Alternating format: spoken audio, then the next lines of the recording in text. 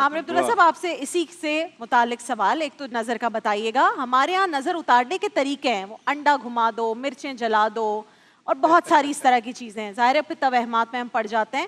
نظر اتارنے کا صحیح طریقہ جیسے بتا رہے ہیں کہ بچنے کے لیے کون سے وظائف پڑھنے چاہیے، اور جو لوگ اس پر ایمان لے آئیں کہ جی وہ اگر انڈا ایسے نہیں ہوا اور مرچوں میں سے اسمیل آ گئی تو بہت نظر ہے، تو کیا ان چیزوں پر بلیف کرنا یہ بھی اسلام کے مخالف ہو جائے گا؟ بسم اللہ الرحمن الرحیم.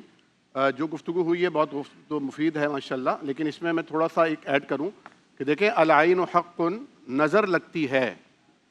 وہ جو آپ نے جو دوسری نظر کا جو ذکر کیا وہ تو ہے ہی لازم بات ہے، اچھی نظروں کا ایک فیضان ہوتا ہے، دعاؤں کا اثر ہوتا ہے.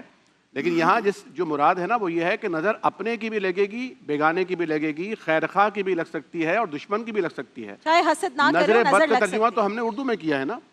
تو جہاں تک بات ہوتی ہے کہ اپنوں کی نظر کیسے لگے گی، تو اصل میں نظر لگتی ہے تعجب کی، نظر لگتی ہے حیرت کی.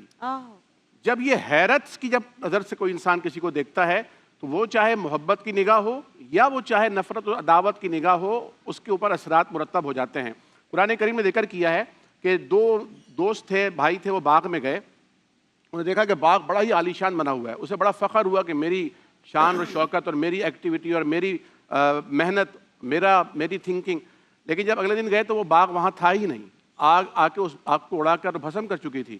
تو قرآن نے کہا ہے لولا قلت ما شاء اللہ لا قوت الا باللہ، کیوں نہیں کہا تھا تم نے ما شاء اللہ ولا قوت الا باللہ، جو چاہتا ہے اللہ وہی کرتا ہے اور اس کے علاوہ کوئی قوت نہیں ہے خیر اور برکت کی. تو حکم یہ ہے کہ جب آپ اپنے بچوں کو، کوئی شوہر اپنی بیوی کو، بیوی اپنے شوہر کو، کوئی مرد اپنی گاڑی کو، اپنی اچیومنٹ کو، اپنی کامیابیوں کو دیکھتا ہے یا سوچتا ہے، اپنے گھر کو دیکھتا ہے، تو وہ کہے گا ما شاء اللہ لا قوت الا باللہ. اور جب دوسرے کو آپ دیکھیں تو آپ دعا دیں گے ما شاء اللہ تبارک اللہ، جیسے مفتی صاحب نے فرمایا. جس طرح عمر بھائی نے کہا حسنین کریمین پہ نظر لگ گئی، ان کا چہرہ ایک دم زرد پڑ گیا. حضور کریم انہیں لے کے بیٹھے ہوئے تھے، جبریل امین آئے. آپ نے فرمایا کہ جبریل ان بچوں کو کیا ہوا ہے؟ تو کہا یا رسول اللہ ان کو نظر لگی ہے. تو آپ اس کو اتاریے اور کہیے اعیذکما، میں تم دونوں کو اللہ کی پناہ میں دیتا ہوں، بکلمات اللہ التامہ ومن شر کل شیطان وہامہ ومن کل عین لامہ. اور وہی دعا جو ابھی عمر بھائی پڑھ رہے تھے، اگر کوئی چند اپنے لیے پڑھے تو کہے گا اعوذ بکلمات اللہ التامہ، یعنی میں اللہ کی پناہ میں آتا ہوں.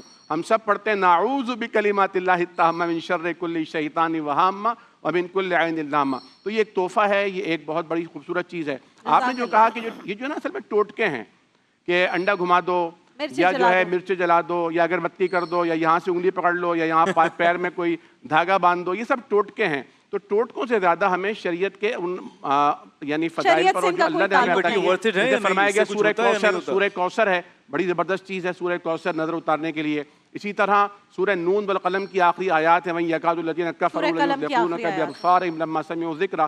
سورہ نون والقلم کی آخری دو آیات، یہ 7 مرتبہ پڑھ لی جائیں. اور جیسا مفتی صاحب نے فرمایا نا سورہ فلق اور سورہ والناس، یہ تو توڑ ہے ہر بلا کا، ہر وبا کا.